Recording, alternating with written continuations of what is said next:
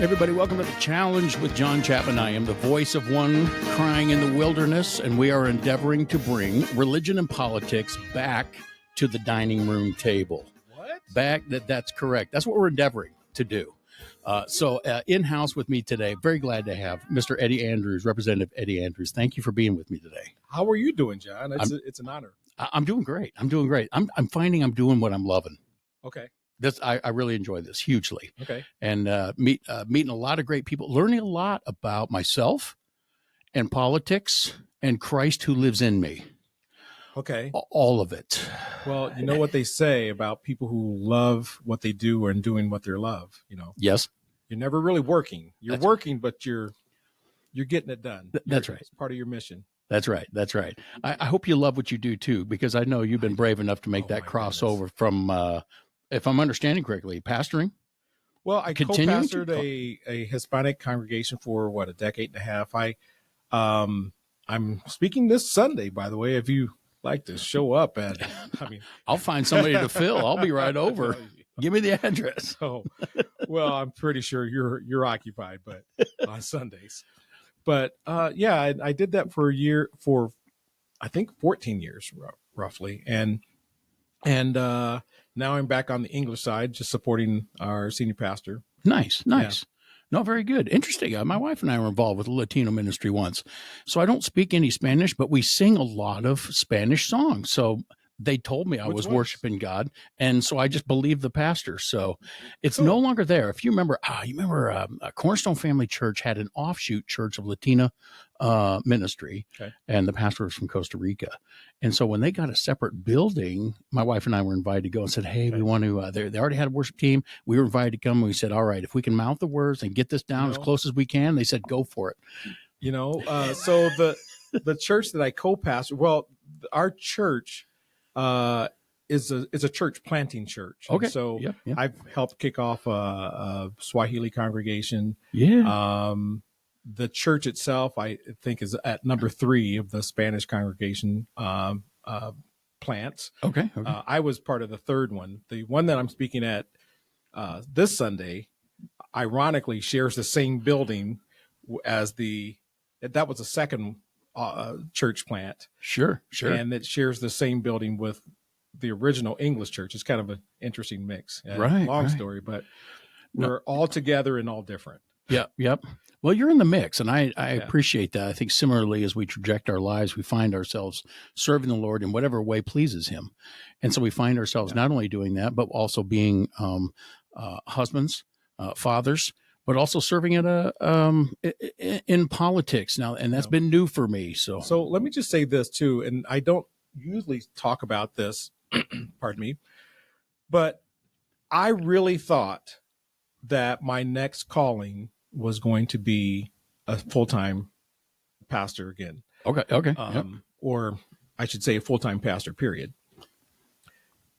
And that's not what happened. I feel like this endeavor, and to use your word, yes, King James word there, this endeavor was really a calling. It's like something I had to do. We prayed about it. Oh my goodness. We had more than a fleece. We had people who have never called me, from other states, who in some cases didn't have my number and got my number from someone and said, you know what? Do you know who I am? One guy was a famous preacher in the Latino community out of Chicago. Yeah. And I'm like, I know you, seen you preach once or twice. And we chatted for a minute or two. And then he says, you know what? The reason I'm calling, I have this word from the Lord, and gave me, really just explained what was going to happen over the next year. Now, keep in mind, I hadn't told anybody that I was running for office. As a matter of fact, I didn't know myself, and had not got to my wife. You hadn't told her yet? No. Well, this is an exciting story then. It gets worse than that. No. And when he I mean, he told me this is going to happen. I said, yes, sir. And for about half an hour, 40 minutes. Right. And speaking of my wife, he said at the end, he said, you know what? I got to tell you, your wife is not going to accept this. Hmm. And I said, well, that's interesting. And boy, when I finally did tell the family officially, we were at Cracker Barrel. Now, It's a great environment to drop bombs. And if you know my family, I am the quiet guy. So I'm just saying. I'm going to take your word for that. Right now, I have to meet your family. Now I'm I have the quiet guy. Yeah. And so bringing my wife and 2 daughters and my niece, who we kind of helped raise. She lived in our house for I don't know, roughly from the age of 12 or 13 or 14 until she went to Iowa State. Yeah. And so in that environment, I'm telling them that this is what I want to do. Oh my goodness.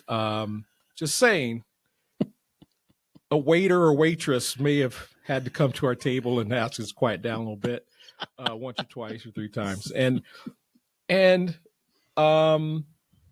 you know, and the story is more interesting because my wife and I are both public figures. We are not on the same side of the aisle. Okay.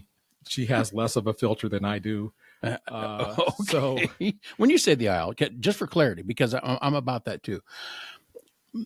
You are a believer in Jesus. The aisle you're talking about that you and your wife are not on the same is a political aisle, right? Not a Jesus aisle. Yeah. Correct. Right. Amen. No, correct. Just for clarity. Yep. Right. And you know, there are some people who don't know what that means. And Sure. For the 5% of the people who don't know what I mean when I say the other side of the aisle, it's in Washington, D.C. If you go to Congress, the Democrats sit on one side, the Republicans sit on the other.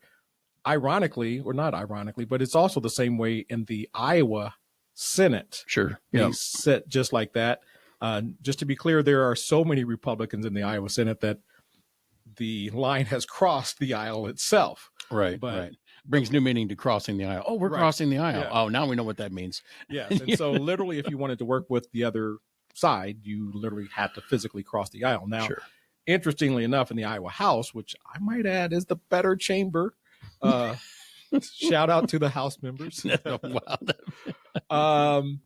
Well, we sit by seniority. And yet another interesting tidbit of information, useless information that maybe that, I don't know, may show up on Jeopardy someday, if you're ever in need. Another interesting fact is that the Iowa House goes by seniority, and it's all mixed. So each one of those 4 quadrants is mixed. Even though there's a lot more Republicans than Democrats, each one of those 4 sections are mixed. And it's and how long have you been in the House now? I mean, I've been doing a little. You've been serving for how many years now in the House? Well, it simultaneously feels like 5 and 500. Okay, fair enough. So, and this is District 43, and has that changed since you were originally elected? Was it redistricted? Yes. And you were in a different district? Yes. So, both questions. So I'm in my 3rd term. So I'm starting my 3rd term. This is got it. Yep. Each term, of course, is 2 years. So I'm starting my 5th year, or middle of my 5th year. And when that means Johnston, Urbandale, part of Urbandale, all of Johnston, part of Urbandale, half of Saylorville, and half of Crocker, which is like southwest Ankeny. Right. Kind of the rural part of Ankeny. Yep. And when I first started, the first 2 years, I represented pretty much Johnson and Grimes, and then a part called Jefferson Township. But after redistricting, they swapped out Grimes for Saylorville and Crocker. And so I missed those guys from Grimes and Saylor or Jefferson Township. But I got to tell you, I love the guys on Saylorville and Crocker, absolutely amazing people. And I actually love helping people and talking to people. I view this kind of as a as a part of ministry. I know that sounds funny for some people to hear that, but it really is. A large part of it is serving people, talking to people, connecting people, solving problems, which, unbeknownst to a lot of people, that's a lot of pastoring. It's not just the 40 minutes on Sunday. Yep. I mean, I would have 10 years ago, if you would have been sitting here with me and you would have said this is like ministry, I would have thrown you out.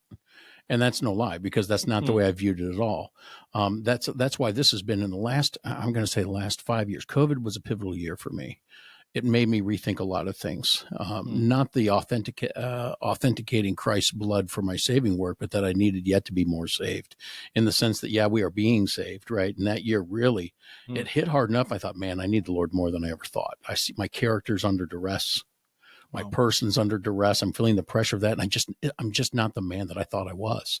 And I took that as a plus, because when you find that out, you embrace all the more the work that is necessary by the Spirit of the living God in our lives.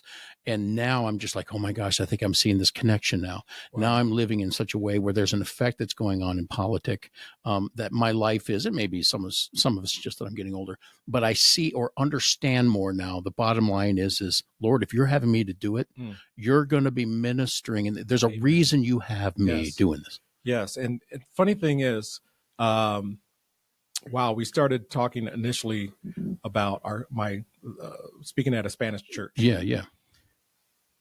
When I was first running, I ran during COVID. 2020 was my first election. And the church that I'm speaking at this Sunday is our second Spanish plant. And they had a picnic and they invited me to speak.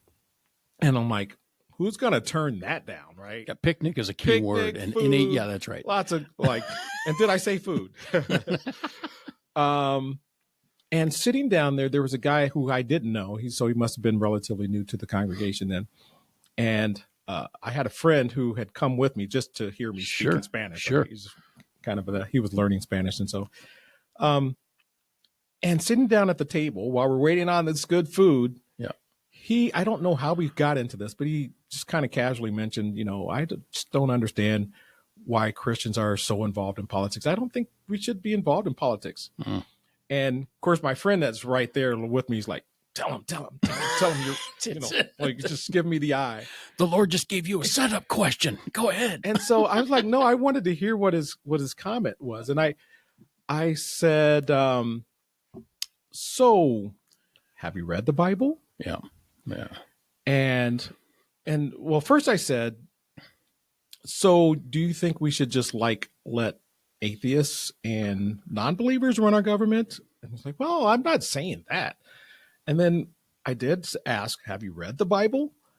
And he says, what do you mean? I said, well, if you think about it, and I won't say this, but if you were, please don't throw me out when I say this. I said, if you took the spirituality and the divinity and the inspired word of God out of the Bible, which you can't do. Please don't. Okay. Audience, I'm not saying that. I'm taking notes right now. You just keep talking. But if you looked at all the politics in the Bible, if you start in Genesis, you have Joseph. He didn't just miraculously wave his hand and things happened. No, God put him up into government and became the number 2 guy in the land, right? You never think about that as, well, God put him up there. The Bible does say God takes up and puts down. If you look at Jeremiah, Isaiah, these guys were speaking to or involved in politics. Daniel, 3 Hebrew boys. What were they doing? They were serving in government. Esther, Nehemiah. Literally, that could have been Donald Trump's first theme, right? Sure. Build the sure. wall. Right. Build the wall. Literally, that's the That is he was quoting from the Old Testament. There's no question in regards to that. And if I can split a hair in this too, when you talk about that scripturally, politics. So politic is one word, which I find interesting, but you've also said serves in government. And I think serve in government is something that's a little bit different, because I think politics is something, and I don't mean, I'm not trying to post it as being a negative, but to say this, as a believer, Joseph made it to where he was by being hated, thrown out, left for dead. And that's a great way to get into politics, right? I mean, when God places you there, he's leading you that way. Yeah. And so to split the hair there, what I want to say is to serve the Lord in government is one thing. Yes. To become a part of what I might consider, and I have my concerns about it even today, the political nature of that. So to remain in the character of Christ and walk accordingly, yes, now we can align ourselves up with the Old Testament. Yes. And I personally, even though, and I've got I gave one example, but I have a long litany of people confirming that this was what God wanted me to do. Yeah, yeah. Literally one of the people that are most, one of my biggest supporters now, I met them at a restaurant. Boy, there's a lot of restaurants, by the way, in my themes here. But literally when I met this group, well, these two people standing at the Cozy Cafe in Johnston. Yep.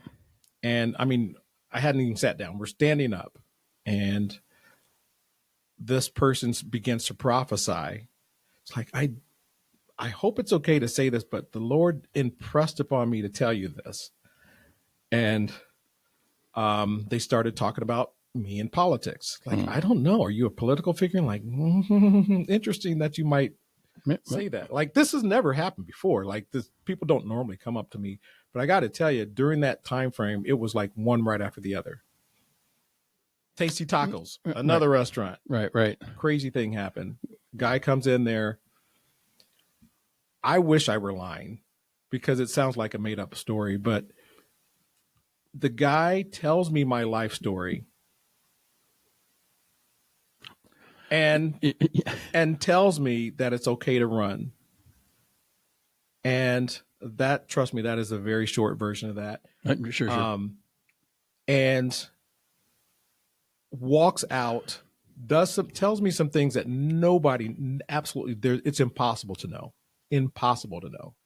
Things that are in my head that I'm kind of a Bible nerd. And so I have these things in my head that I've never expressed. A Bible nerd. Around here, we call that a servant of the Lord, one who longs to be discipled and changed. Well, if you want to shorten up, I see you as that. I wouldn't.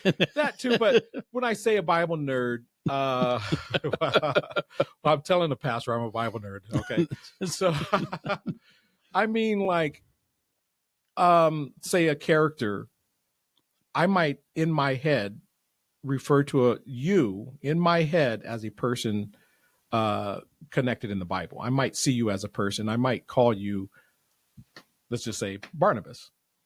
I'm not saying that, but I'm just saying that would be a name that I would have for different people. Nobody knows that, right?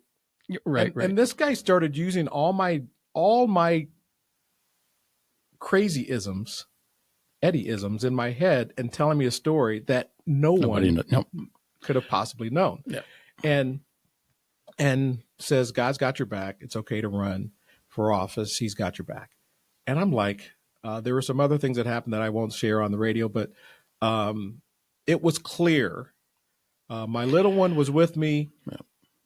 I had him repeat this story after the fact just to make sure I wasn't insane. He's like, yeah, that's exactly what happened. People don't understand very often that the confirmation of the Lord, one, is necessary. It's needed. We should be looking to have that in many areas of our life, not just the big areas like you're talking about, but I respect it because it's necessary. One, you stand before God with what you do, and you have to hold on to that. And nobody else is going to be standing with us when we do stand before the Lord. And so to have confirmations is necessary. You know, when you're seeking the Lord, when you're saying, look, here I am to be used by you, God's going to go, well, I'm just going to close my eyes and see how you do. He doesn't do that. And so he's putting things in there and guiding that. And I appreciate where you're coming from that too, because you had to know Not just I had a thought and now here I am, but God is, you know. If you only knew. Yep. And many people wouldn't buy that authentication. No. I'm not going to lie. Many people on this podcast are going, okay, Yeah, I'm not sure. Eddie, I'm not sure that's a little out there. You know, Eddie, he's got some odd religious ideas in there. But it wasn't just those two that I mentioned. There were a slew of these, one right after the other. And then they stopped. It was like all in that time frame. Right. And I laugh. And yes, there were a lot of restaurants in these stories. But some things that I literally cannot, I won't share on the radio, but I maybe share some other things because they do take a little while to get your head around them. But there were confirmations, and I never fully understood, even as a minister, as a servant of God, I never fully understood the need for prophecy in that way or confirmation in that way. Just never. But I understand it because I have gone back to those days, and it's like, now, Lord, right? You really wanted me to do this, like, right? You know, because I know what my passion is, and I know what one of the things that I wanted to focus on, right? But this is, this is kind of taking a hit. Like, are you sure you really wanted me to do this? Because, well, I'm gonna have to say you've confirmed something to me even today. See, you said if I think of you as Barnabas, that has to be confirmation because my grandson's hamster is named Barnabas. So I'm just saying, okay. There might be something to that. Yes. No, I respect what you're saying because, and one of the things that we bring here too, many people might not understand what you're saying, but I'm here to confirm the Lord authenticates himself because in the will that he has for your life, and we encourage people, there are people that might listen to this podcast and go, look, I'm a Christian, but I don't know what you're talking about. God's will for my life. We're kind of talking about that at the moment here. And I am going to jump to this other stuff here in a second, but we are because God authenticates himself because he has a plan and a purpose and a need. I mean, he can go find somebody else. The fact of the matter is he can go find somebody else, and he will. That is one of my favorite scriptures in the Bible, Esther 4:14. And people quote half of that scripture a lot. That's a scripture, for those that are listening, that talks about God. Who knows if God put you here for such a time as this? We've heard that phrase. Right. I love that scripture because God confirms that, look, all the stuff that you've gone through, I prepared for you. Yeah. This is not an accident that you're here, whatever that here is, wherever that here is. God has put you there for that reason, that purpose. And then the other part of the scripture is like, yeah, but if you don't do it, I got somebody else. Yeah. Like, that is so right. deep. Yeah.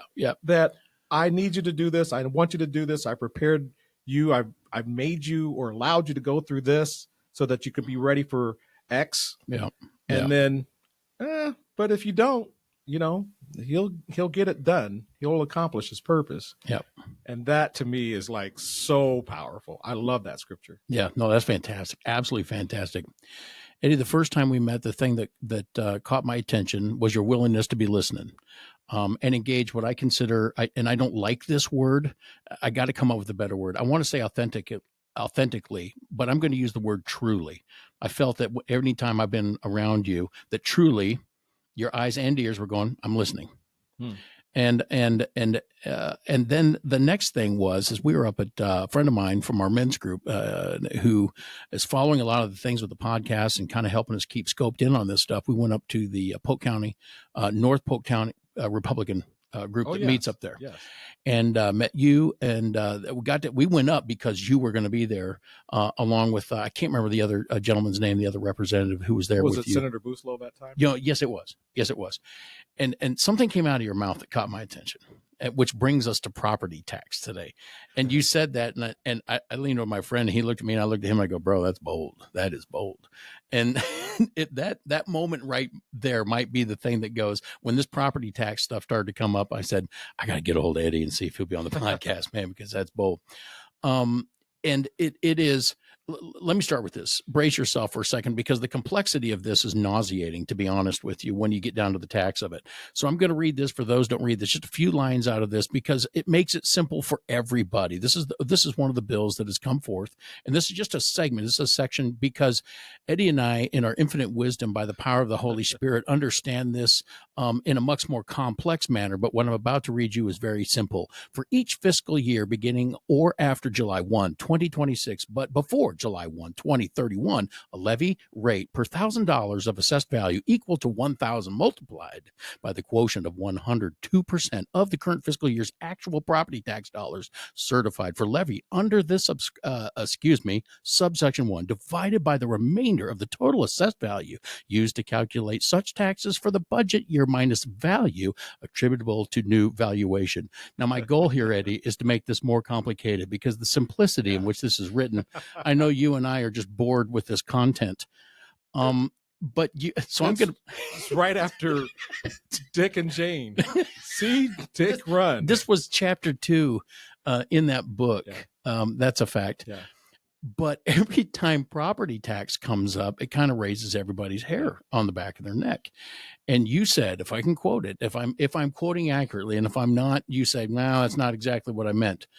You said, I believe property taxes are unconstitutional and immoral. That puts a hammer on that too. Yeah. Let me start right there, because I know, and then I'm only looking for a scope of what's going on in the state of Iowa right now, broad scope. Why do you believe that? So first of all, you are renting your property. Even if you pay off your property, you will never fully own, in our current system, your land, the plot under your land, your house. And you know why I know it's rent? Because if you don't pay it, eventually they're gonna find something and walk you out and say, it's been nice knowing you. See, you wouldn't want to be you, And just the whole point of just never being able to fully own your property, I think, is wrong. Yep.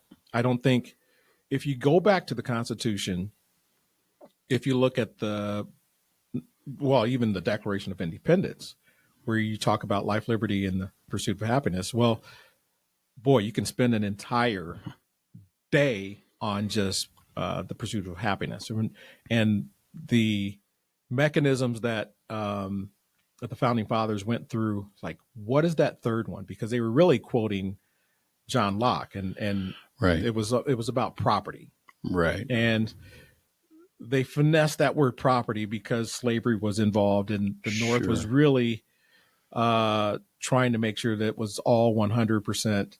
They had unanimity, and they couldn't put property, right? And so they put pursuit of happiness. Long story. Even a more interesting story, if you look at the first draft. By the way, I'm writing a book about this. Okay. It's called The First Draft. At least that's the first draft of the name. Okay. It's called The First Draft. Now, you've written it already, or in the process? In the right process. Now? Okay. All right. But if you actually look at the first draft, it's a little bit different than the final result of the Declaration of Independence. Think of it not like an expression of freedom. It's more like a breach of contract. And the founding fathers said, you did this, you did this, you did this. And the longest section of the original draft was about slavery and Christianity. Okay. And they said, because you, King George, being the head of a Christian nation, went and bothered people who weren't bothering you, and took truth, and took them and enslaved them. Now, Thomas Jefferson knew that would never make it through and get unanimity. Certainly not from the Southern states, right? But he put it in there, knowing that history was going to record that it was there. All right. Yep. And that's where we got that. But the part about property and the life, liberty, and the pursuit of happiness, it talks about it's government's job to protect that. Right. Yep. Not to take it and assess it forever. Right.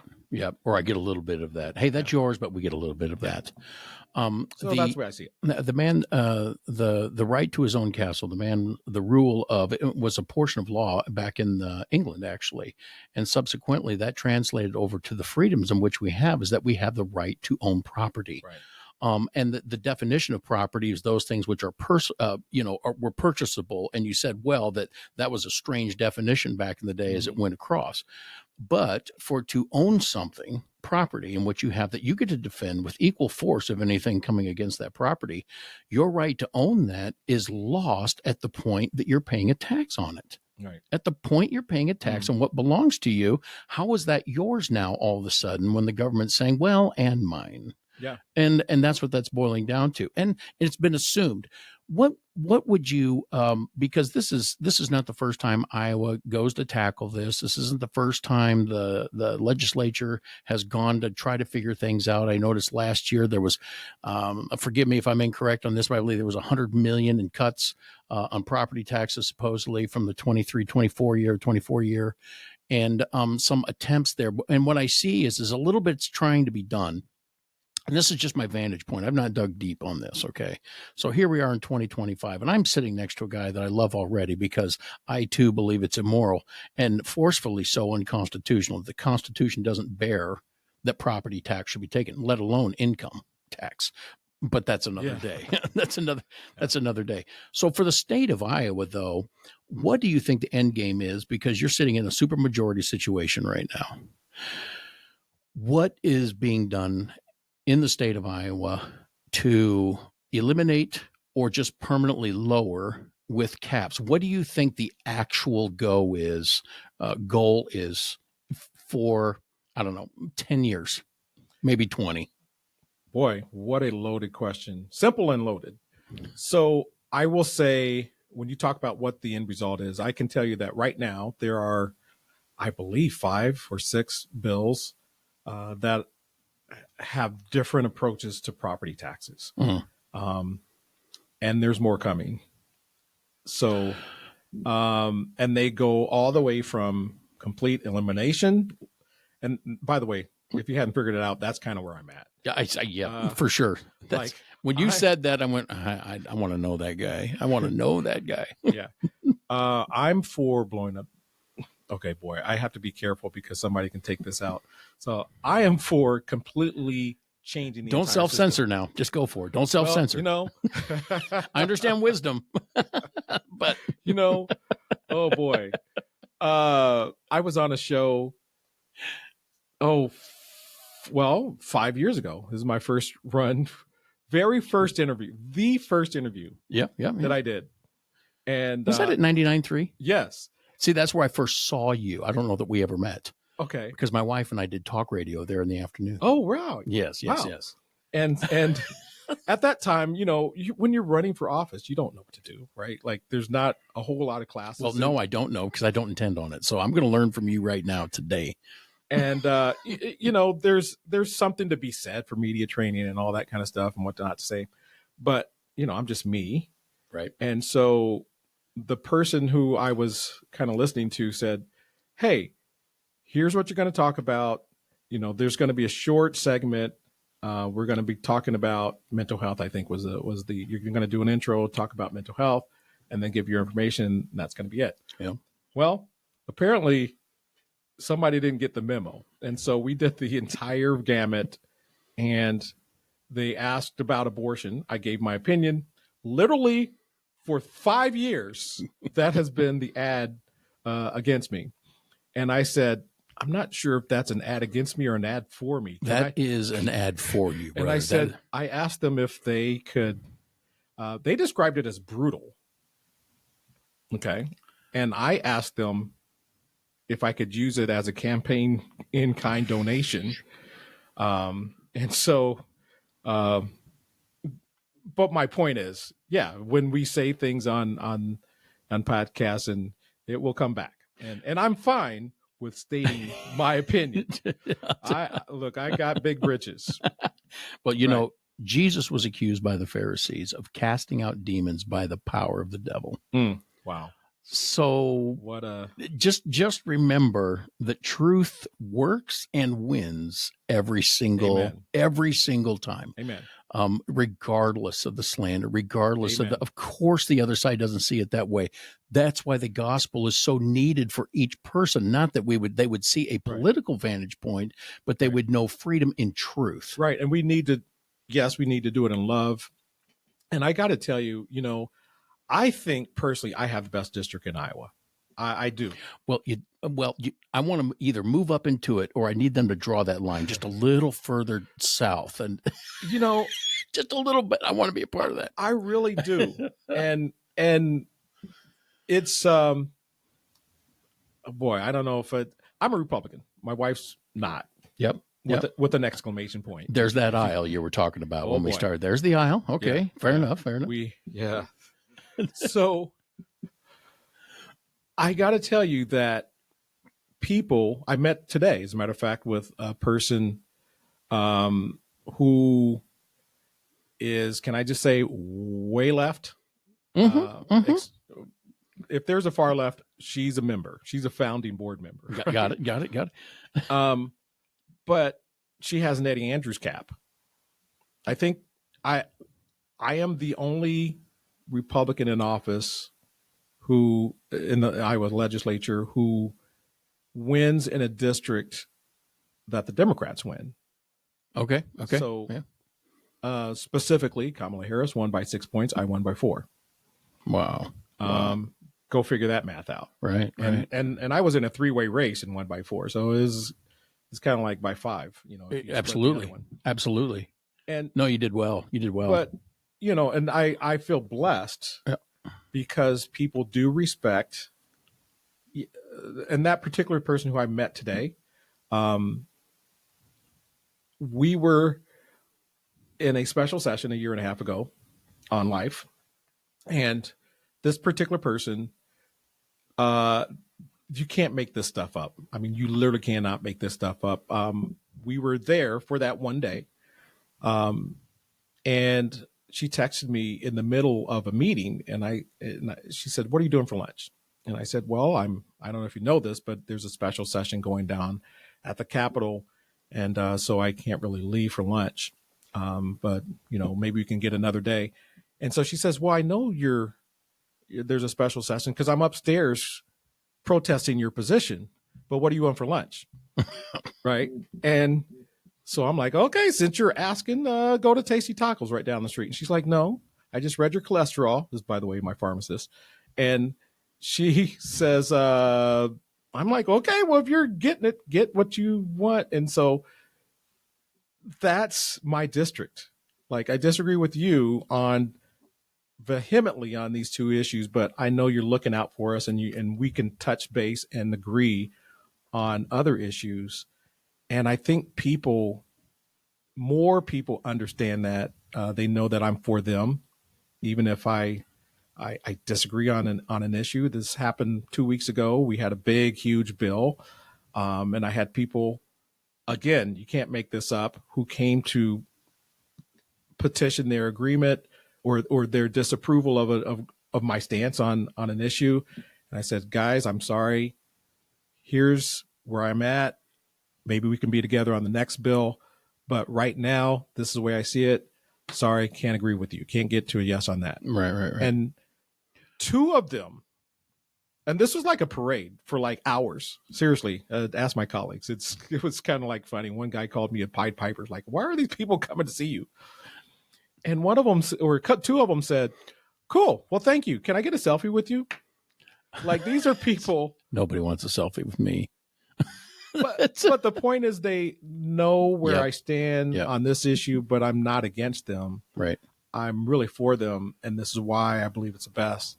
And if we don't agree on this one, please talk to me about the next one. Yeah. And that's why I try to serve. That's a level of relationship that is not easy. That's a level of relationship and representing those individuals. I come from a severely dominantly liberally represented district. And I can see now, as I'm learning, that I need to know them and then go down through the positions. And I haven't found one yet. not one that I can give a thumbs up to in at any level.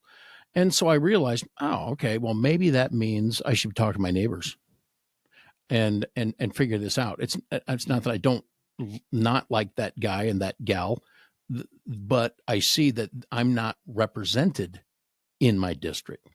So that's an interesting sensation. And I'm okay with that too, because God's got plenty for me to do. There's no question about that. Would you say, in talking about what's happening in regards to property tax, would you say that Democrats and Republicans down at the House and the Senate are all going, yeah, we all need to look at this? Or is there some recourse that's happening where people are going, well, how can this happen? Because this is the exterior arguments that I hear are, well, how are we going to fund this? And how are we going to fund this? And how are we going to fund this? And then the other, I'm going to start with that. And then I got one other biblical assertion to make where people might go, well, why would we want to remove tax when Jesus says, render under Caesar, which is also one of the most half-quoted scriptures out there, because apparently we forget that we're supposed to render unto God what belongs to God. But anyway, that's just a minor thing. Yeah. Give Caesar his taxes, but God doesn't own everything. So anyway, so what is that like down there in regards to that? Is this being fought? Does it get pushed against? Is this one of those tough ones? It's actually a Democrat co-sponsored one of the tax bills. Okay. One of the, property tax bills. Granted, 98% of the work was done by Republicans, but this, person put their name on there too. I co-sign on this one. By the way, that's for those of you guys who don't know how sponsorships work. Sometimes the majority of the time you don't, you just write your bill. But if it's something that's maybe popular, or if you think it's good to get support, hey, I've got this bill, anybody want to sponsor it or co-sponsor it? But I don't know the answer. I can just say what my personal experience is.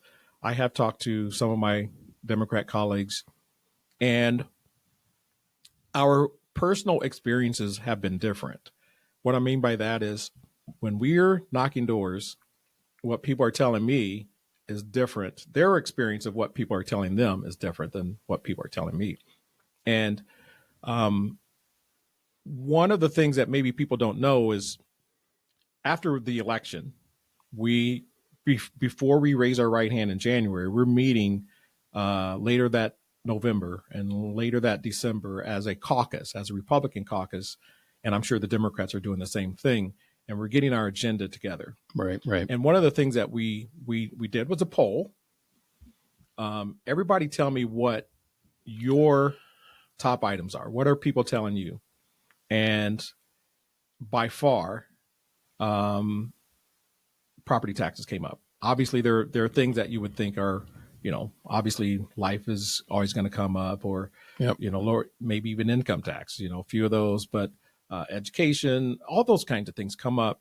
But by far, property taxes were the biggest. Now, if you ask some of my Democrat counterparts, that wasn't what they were telling many of the Democrats. Again, that's what I'm just relaying what they're telling me. And so the few people that I've talked to, that maybe that's not the entirety, but the people that have talked to me, and I've asked what are they telling you guys? Yeah. And that's not even coming up as like a top 4 or 5. Like that's way down the list. Yeah. The Iowa Standard released an article that there was a poll that was done, and it was indicating as much as 66% of the entire state, not just cities and areas, 66% of the entire state was in favor of tax limitations on property, and having strong stances of limiting the government in its taxation process of property. And I find that interesting. That was the one article that stated that, but the Des Moines Register calls this year's legislation, they keep using the word over and over and over, overhaul. This is an overhaul. Okay. Is there any accuracy to that whatsoever? Because there seems to be support for it. I mean, from people. Yeah. But the Register is kind of touting it a little bit as a, hey, look out, everybody, look out. Well, the first thing that stuck out to me when you mentioned the question was, you said 60 some percent. Yeah, 66-ish%. Which does that seem low? Interestingly Is enough, it higher? Interestingly enough, there are of the 100 seats in the Iowa House, 67 are Republican. May or may not be a. I'm ponder that a little bit. There's 50 seats in the Senate, and a very similar ratio. I think it's either 35 or is it 35 Republicans. But the point is, it's roughly 2/3. Yep. Overhaul. I think this is one of the first years that the elimination of property taxes has gotten into at least the vernacular. Of a number of people. Like, there's always going to be one or two people expressing opinions, but really starting to think about it. One thing that was strange for me is that you don't always do big bills in 1 year. Like, it takes a little while for things to by the way, that frustrates me too, because I'm used to, like, okay, we need to do this, we need to do this, we need to do this. All right, everybody at the table, let's get everything together. All right, are you good? Are you good? Are you good? Let's talk about other consequences, unintended consequences. Anybody else? Who's else at the table? Right. And let's get this thing done. But that's not how it works, right? It works that way in slow motion, right? Over usually the course of years, a year or 2 or 3. And I would say overhaul, maybe that's what they're referring to. I think it's getting legs. Yep. And I will say my bill versus other people's bills. I think Representative Bobby Kaufman, who is the chair of Ways and Means, which all those tax bills go through his committee. Okay. Yeah. He has one. So you might expect that he might be the leading candidate to have his bill advance rather than a stone cold elimination. But part of what his does is it does allow for future elimination. And one thing, maybe to another part of your question, I'm not quite sure you asked it this way, but I do want to point out that there is a resolution to change the Iowa Constitution. Okay. To make it harder to raise your taxes. And for those who don't know, many of us do know, but for those who don't know, it takes 2 general sessions to pass a resolution to change the Iowa Constitution, and then it goes to the people. So each 2-year term, we have to pass it. We did last 2-year general session. Yep. Both the House and the Senate passed the resolution to require, oh boy, I should know this, it's either 60 votes or 60% or 2/3. I forget which one. That's called it has to have some type of super majority to pass. Right. Not a simple majority. Correct. Yep. To raise taxes. And to your point, and this will sound partisan, but it's just an observation. Every Democrat in the House voted against it. Every Republican voted for it. Like, if there's a philosophical difference, that's one of them. Okay. Yeah. And forgive me, I'm not terribly partisan, but that's just an observation. It's the way the numbers played out in that particular case. It just is in that particular one. Yeah. I got to tell you, I expect that there would be more support for property tax reform. Mm-hmm. But I've only talked to a limited number of Democrats specifically on that issue. Yeah. I think one of the things that we're seeing in the nation, and I'm trying not to leave the state of Iowa in this conversation, but I think the risk is upon us equally in the state of Iowa. When there's been a severe amount of consequential power counter to the things that you believe, the temptation is to, by force, counter that. And it puts a little bit at risk the freedom of people. Like for a Christian man, I am the first, right? I believe that vengeance is the Lord's, but man, do I love watching vengeance movies. Do you know what I'm saying? It's like, it belongs to God, but Denzel Washington is the best in the business, right? I'm thankful that he confesses a life in Christ because I want to see him be the guy that God uses to bring, you know what I'm saying? So the temptation inside of all of us is power. Somehow I want to win through asserting a strength over another. And this has just been an observation of mine. And this, I'm not trying to point at any fingers overall, but even in the state house, a concern of mine is that there would be, part of me is like, well, the Republicans always play a little nice. That's my opinion. The Republicans are always willing to cross the aisle a little quicker and probably at a federal level more so. You see the Democrats kick and scream, do all kinds of just crazy things. And I'm going, come on, Republicans up there in the federal level. Absolutely get a spine, draw a line, said, hey, walk out, do whatever it's going to do. And they play and they play and they play. And I'm not going to lie to you. It's like, we're in a super majority in the state of Iowa now.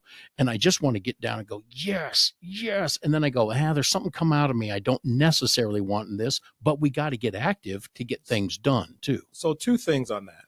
So I think most people know that, yes, I'm a Republican, but I don't believe that everything that comes with an R letter behind its name is a good thing. Yep. And vice versa. Everything that comes with a D behind its name is a bad thing, right? I do try to, and I've been outspoken against both Republicans and Democrat issues, right? Likewise, we try to make a point of it because it's the issues, it's the truth of the things that is. But I do share the belief that the state of Iowa, Iowans, moms, dads, young people, old people, middle-aged people have looked at both parties in Iowa and said, I choose the strategy that the Republicans are going with, right? When I came in, it was a 53-47 majority Republican. And quite honestly, in 2020, nobody knew what was going to happen. And I listened to our speaker and he says, well, I mean, we thought we were going to win, but the other side was just yelling, hey, all we got to do is 4 seats and we're flipped it and we're going to do it. And I'm sitting here in my race, never run before, outspent almost 7-1, 6.5-1. And I'm facing an incumbent who's, I think they started with $100,000. I didn't even raise that. And I'm doing what I believe is my calling. I believe we've already said this. I believe it was my calling to run. I never got confirmation or any concept that I was going to win. Yeah. But I knew I had to run. I knew that was part of my calling. Yeah. And it went from 53 to 60. Even further. Yeah. And then it went from the next 2 years in 22, it went from 60 to 64. Man. And then in 2024, it went from 64 to 67. And we're talking about the House. And so having said that, it is now at the highest point of any party, and both parties have had majorities, right? Yep. But it's at the highest point since we've gone to 100 members. I believe it was at 1970. Okay. It's somewhere in there. Forgive me. I'm sure there's some fact checker out there who be happy to provide the real information. But it's been a long time since we've been at 100 members. I believe this is the highest that the state of Iowa has given to any party. And so because of that, it would be nice to check all the boxes that the people have afforded us and have said, I like that direction. Absolutely. Absolutely. I've seen it a little bit. I've been involved more so down at the State House. I went once in the 8th grade, wrote a paper, and I got to ride 3 days with the local representative. And so I got a taste of what that was. I have family that worked for state in the government levels, not in the government, but appointed by government and such and so forth. And so I got a taste for that. And now that I've been down there this year, trying to pay attention a little bit more. I see this happen, and I see that even some Republicans aren't necessarily along the line of all things always either. And that's, at many levels, that's good. And at some levels, maybe not in the rate of checking boxes. Who knows? And I think our state does a pretty good job over in many aspects. Right. And, you know, boy, I don't know how to say this, but I don't think I'm going to offend anybody, but there are some people who don't check a lot of the boxes of Republicans. And that's, in my opinion, I'm okay with that because they're voting their conscience. They're, you know, I don't ever want to be the party of you must vote like us or we're kicking you out. Well, you know, and that's up for that particular district, not for me. Sure. Now, on the other hand, there are certain people who believe that I should vote one way, and you know, that's their, you know, I'm voting my conscience. I think my constituents know there are 3 or 4 things they already know the answer to. They don't even, if it comes up, they already know, okay, I know how Eddie's going to vote on that. Yep. Everything else is negotiable. Give me your viewpoint. Let's talk about how this affects people. You review.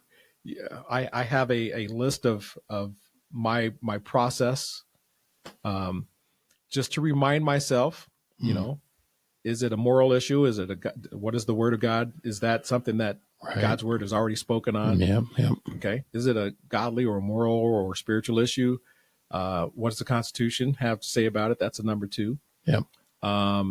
What does my district say about it? What does the state of Iowa say about it? What do Iowans say about it? Yeah. And sometimes Iowa, as a state or / business or as an entity, sometimes that differs from Iowans, and we always put Iowans in front of Iowa. Yeah. And so that's for sure. Do you think, and as we wind this kind of down here, just a couple of thoughts from you in regards to, do you feel like we're going to come to some success at the end of this session in regards to limitations on property tax? And maybe people will think of it this way. I know I do. You get your property tax statement and say, well, it didn't go down. Well, we're talking about percentages. And of course, the other thing that's happening is people's properties are being you know, my wife said to me the other day, she goes, honey, they're giving out those free trees again. And they go put them in the front portion of the yard. And I looked at her and I said, sounds like a Ponzi scheme to me. I said, check that. And because she was reading it and she goes, and it will raise the property. It will raise the value of your property. And I leaned over, and she's very astute because she was just enjoying the ad, and we love trees. We do. And, you know, we live in the Beaverdale area, so it's trees. I'm telling you, it's trees. And I said, honey, of course the trees are free. I said, then they can increase our property tax value. Wow. Yeah, that's me, right? So that's the skeptic of me going, yeah, of course they're going to give them free. They're going to get it on the backside from me. Do you feel that those boxes are going to get checked? And you do feel successfully that the people in the state of Iowa, and along with your own, those who you represent, but do you think across the board, people are going to go, our government was wise enough to limit itself, and we feel protected from the Iowa's government with our property and our taxes being limited? I hope so. I think we are making steps towards that goal. That is definitely the direction that we are heading. You know, we've done our thing on income taxes. If you can't even go to a rally without hearing that, right? You know, we lowered ours from the top tier to the 5th lowest in the entire country. From top tax rate was in the 8 or 9%. Oh, I know people who have left Illinois because of those limitations. I know people that are leaving other states to come here. And yes, I know people in my district, veterans, when we took they already have 0%. Got it. Yeah. And all kinds of retirement income. Yep. And I know 3 veterans who've quote unquote retired, even though they're maybe in their 40s or early 50s. And they said, you know what, I can retire anywhere else. I got family in Iowa. And as they're ending their tours and literally have told me that's literally why they came here. That's awesome. So, I do expect more for property taxes to get better. Yep. Without losing services. Let me always say that because, you know, the first question is, well, how are we going to pay for this? For it? What about ambulances? What about please. And so the idea is, we're not going to lose that. We're never going to do that. That should not be the plan of anything that we do. Of course. And obviously there would have to be a shift in some other way. I was always proven to be fiscally responsible. Right. Even when they've been heavily run by the left, I thought I'm still in a pretty safe state at some level. Well, I'm putting up us against things like Illinois. Okay. Right. That's the extreme. Yes. I will say though, and we hear this all the time. And I one thing that pushes back, I'm all ears right now. Again, I'm all ears on, I'm willing to talk to anybody. Yeah. But sometimes we go to forums and we hear the same thing from people that I am not joking. It's the same questions very often. One will say, you guys are spending so much money and getting rid of tax cuts. You're going to run out of money like tomorrow, right? Of course. The next question, sometimes by the same people, you're not spending enough money on my pet project. And it's the same thing. You are not spending, you're underfunding. And so one of the last forums, I kind of went a little bit, long. What's the word? Went a little long on my answer, right? Because I've heard this like for 5 straight years. Yeah. And I reminded everyone that the last time schools were cut was under Culver. Okay. They left the state, and people forget this because, the media is not going to say this, but the state was $600 million in debt. And I said that one time, and Terry Branstad was in the audience, and he jumped up and he says, it was almost 700. Like that was like, oh man, to get him, he was on 8 out of 10 already just by that statement. Like it was almost, and he like took over the conversation I had the microphone and he says, it was almost 700. And let me tell you this. And let me tell you this. And so we've not always been as solvent as I would have perceived. No. And rather than take a surgeon scalpel to different parts that were bloated or whatever. Yep. That administration decided, okay, we're giving everybody a 10% cut. We're slashing the entire budget. We're laying off teachers. We're doing this. And people forget that because it's not the narrative that is out there. It's all about, well, Republicans aren't spending enough on school. Well, you don't want to follow your prescription and then, something happened. We have a bump in the economy and have to lay off teachers. You don't want that either. So no, you don't want that. But just the WHO News reported this last week, and I found it very interesting because I hear teachers always screaming, we can't lose teachers, we can't lose education, we can't lose the money and the funding, and it usually has to do with teachers' jobs. And I won't even get into that because I've got a lethally strong opinion about what I see happening in the public school system and how that money is being spent. But what I found interesting is in this report last week, WHO said, unsuspectingly, there's a little bit higher unemployment rate going on at the moment, and even for the state of Iowa, a little higher than usual. However, it says an increase has occurred in one sector of hiring, public school teachers. Mm-hmm. So I would like to say that must be a reflection on some decisions that are being made, because when all these people go and it's horse hockey and they're going, the Republicans are going in there, all the schools are going to die, they're going to throw them into prison. I mean, it's radically foolish what they talk about when they do this. We just gave teachers a flat minimum. We've raised the minimum pay to $50K, which was never the case.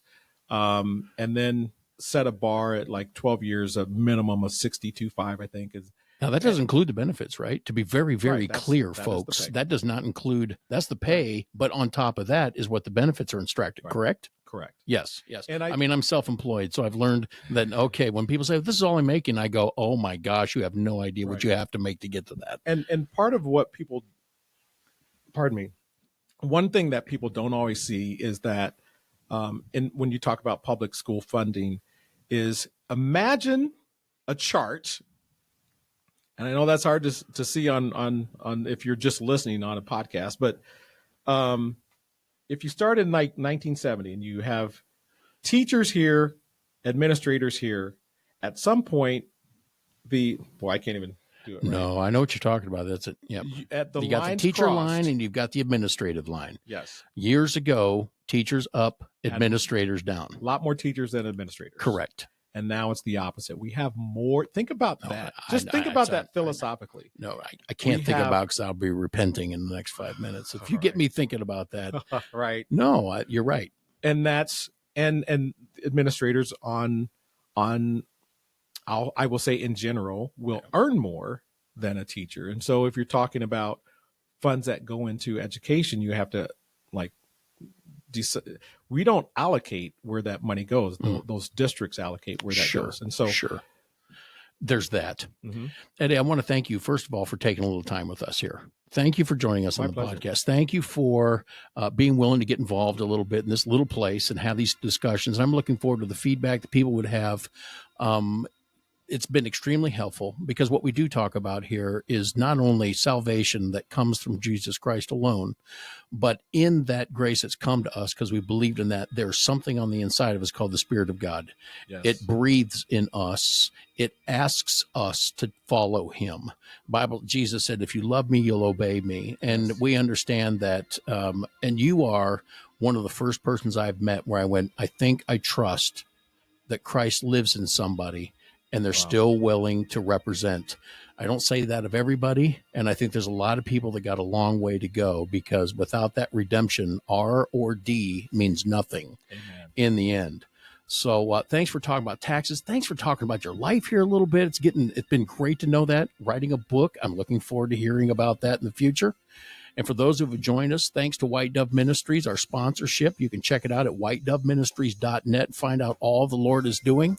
And just remember, put away the gods of your fathers and choose this day whom you will serve. As for me and my house, we will serve the Lord.